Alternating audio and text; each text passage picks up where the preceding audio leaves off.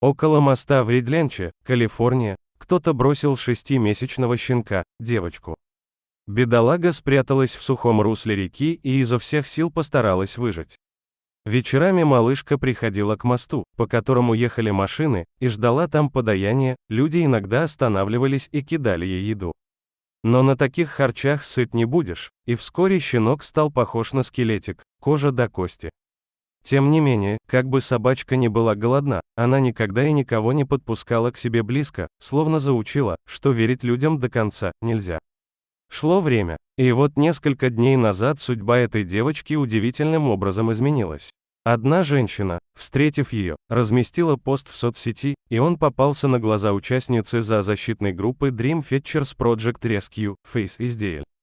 Волонтер немедленно выехала на указанное место, как раз вовремя, чтобы встретить там двух других ребят, поймавших животное при помощи ловушки.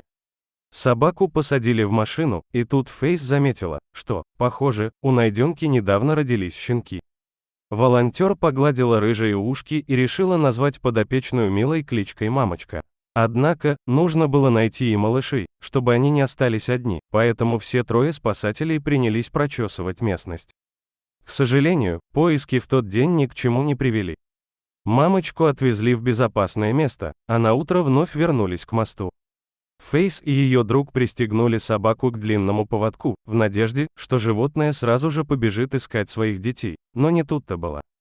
Она не хотела раскрывать свой секрет. Обсудив ситуацию, люди поняли, что необходимо применить творческий подход, они сели на землю и стали проигрывать на телефоне ролики со звуками плачущих щенков. Собака посмотрела на спасателей, подумала и повела их к ручью. Там мамочка долго пила, а потом отряхнулась и села. Тогда Фейс попросила ее: «Пойдем, пойдем, девочка», и на этот раз собака повела их в нужном направлении. Они шли через какие-то едва заметные тропы в зарослях, прыгая через ямы и обдирая руки о шипы колючего кустарника. Приблизительно в 800-й год метрах от моста они, наконец, увидели то, что искали, 4 замечательных меховых комочков, которым было не более недели-двух от роду, бросились к своей маме. Она легла на землю и тут же принялась их кормить. Они были такими тихими, что даже не верилось. Мать, видимо, научила их прятаться и молчать, она сумела защитить их от этого жестокого мира. Эта маленькая девочка оказалась очень умной, несмотря на юный возраст, ведь ей едва исполнился год, говорит Фейс. Когда я шла туда, то очень боялась найти мертвых щенков. Но нет, они все были живы, и я просто плакала от счастья, продолжает она. И действительно, только очень хорошая мать сможет сберечь своих крох в такой ситуации, а ведь мамочку выбросили под мост совсем еще зеленым щенком. Наверное, сама природа подсказала ей правильный путь.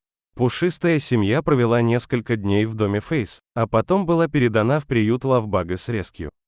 Там их поставят на крепкие лапы и обязательно найдут каждому любимый и уютный дом. Спасибо тебе, мамочка, за то, что ты, не в пример многим людям, не бросила своих детей даже тогда, когда была бездомной и голодной.